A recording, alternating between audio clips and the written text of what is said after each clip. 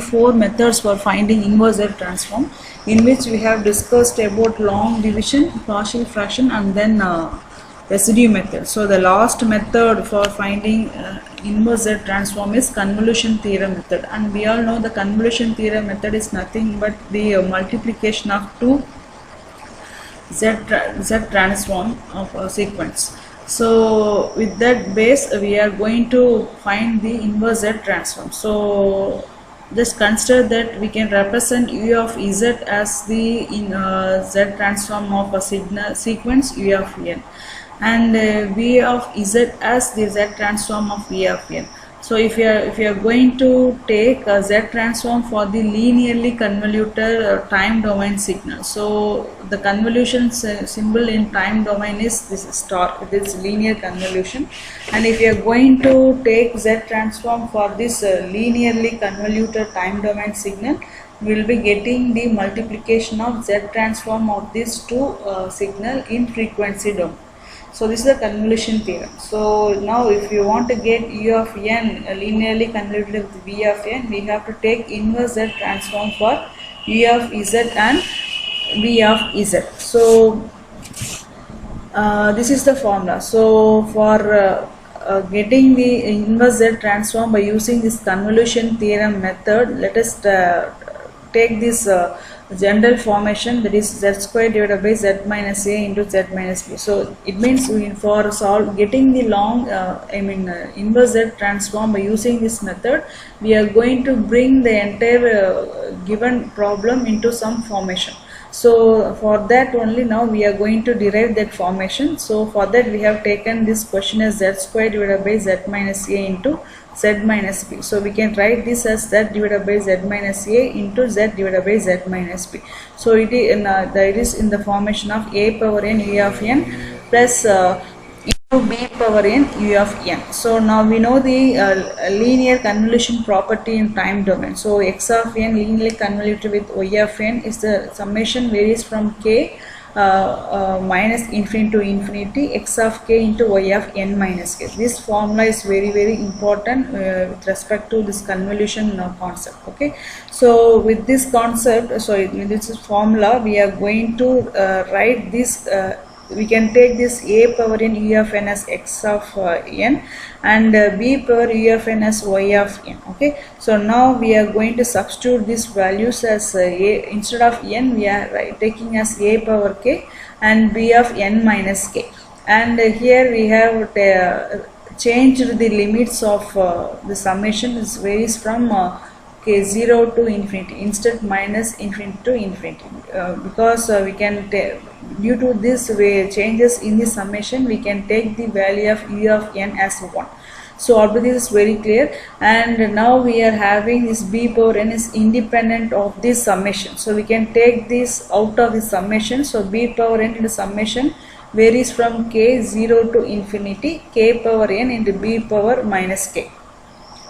And now we can write this as A power A by B of whole power k, and now we can expand this series with respect to k varies from 0 to infinity. So starting from 0 till infinity we can expand this sequence. So now we can take B power n as a common from this sequence, and you can write this A by B the whole power 0 as 1. So B power n into 1 plus A by B plus 1 A by B square, it will go up to infinity.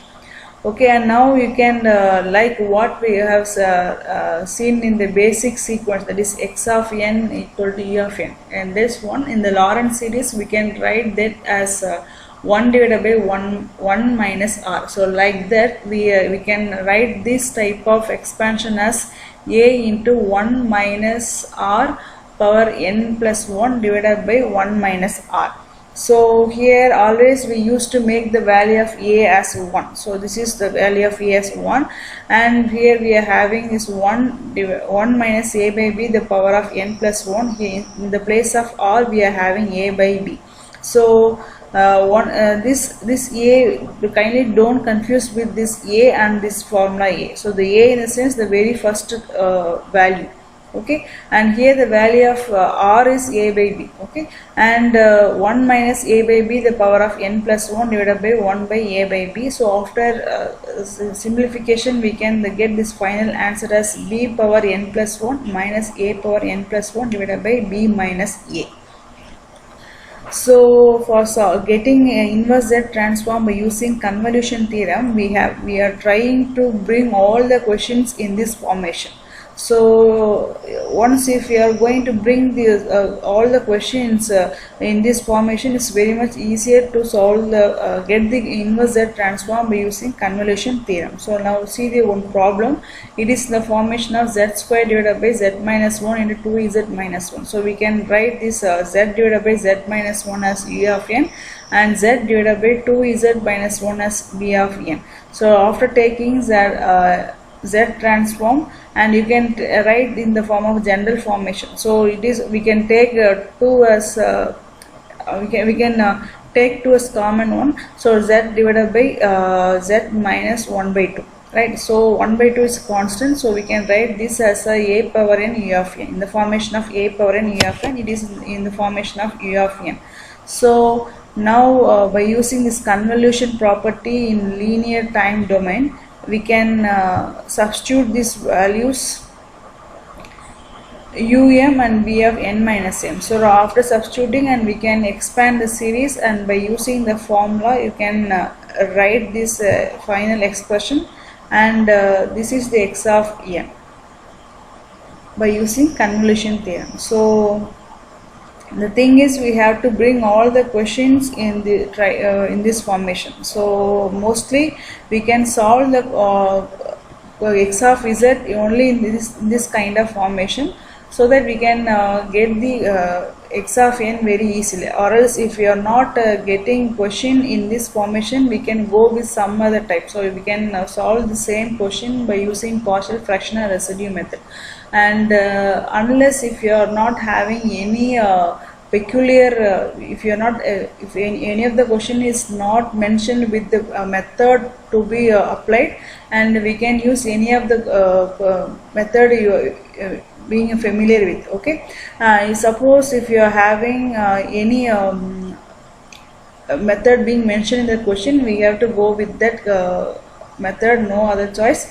Or else most of the times we used to expert some question like find the inverse Z transform for the given sequence, so without mentioning any of the methods for finding inverse Z transform. So at that time it's very easy to go with the partial fractional residue, because these methods is very user friendly. It means we can get it is very much easy to compute, and we can obtain the solution very easily. So but whereas in convolution theorem, make sure that we have to, if the question is available in this format, only for that type of question you can go for convolution theorem in order to get the answer in a quick way. Or if the question, if you are getting the question in a generalized manner, just go with partial fraction and residue method, okay.